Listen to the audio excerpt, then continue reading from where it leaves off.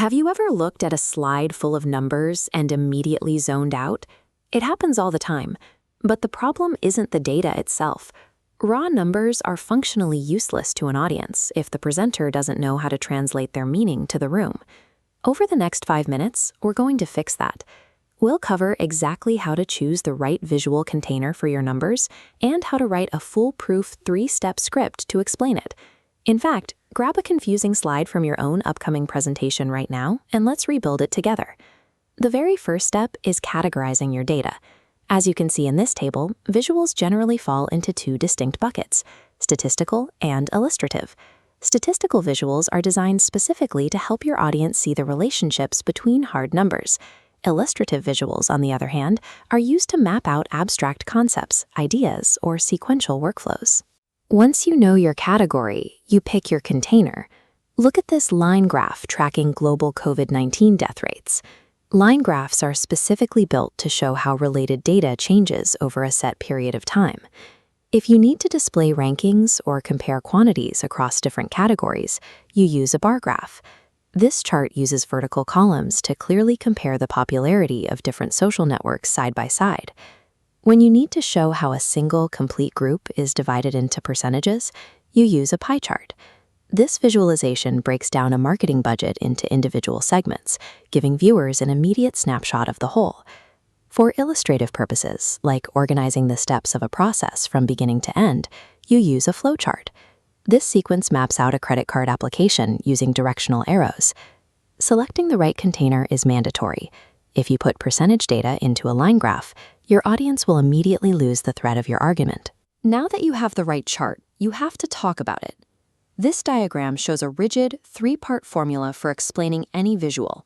Introduce, describe, and state your opinion. Step 1 is the introduction. You must explicitly tell the room exactly what type of visual they are looking at before you do anything else. This list gives you reliable starting phrases.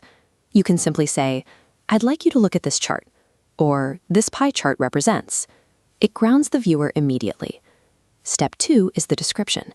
This is where you explain the X and Y axes, identify the individual segments, and point out the actual movement of the numbers. The most common mistake here is using weak verbs. This table shows precise, dynamic trend descriptors. Instead of saying the numbers changed, specify if they soared, plunged, or remained stable. Step 3 is stating your opinion. Once you've described the data, you have to synthesize the information and tell the audience what it actually means. You need a single, memorable takeaway. Use phrases like, "It is quite clear from this data that," or "The message I want you to remember from this chart is." Following this exact sequence prevents you from aimlessly reading numbers off the screen and forces you to deliver a coherent argument. Let's put this framework into practice and see how it sounds on a real dataset. Take a look at this line graph, which tracks the population of Super Wing County. Following step 1, we introduce it directly. This graph shows the growth of the population in Super Wing County from 2010 to 2020. Moving to step 2, we describe the mechanics. The x-axis represents the year from 2010 to 2020, while the y-axis shows the population. The total population in 2010 was 3 million. We continue step 2 by describing the trend with strong verbs. Although the population remained stable from 2015 to 2016, it increased significantly after that time. Finally, we execute step 3 with our concluding takeaway. It is quite clear from this data that the population of Super Wing County has been gradually rising. Look at the slide you pulled up earlier. Check your notes. Does your explanation follow that exact 3-step logical flow? This pie chart mapping out smartphone market share is a great example of a final product. You've gone from a raw, confusing spreadsheet to a clean, structured asset. You categorized your data, you selected the container that actually matched your narrative, and you applied a rigid 3-step script to explain it. Now take your script and practice reading it out loud.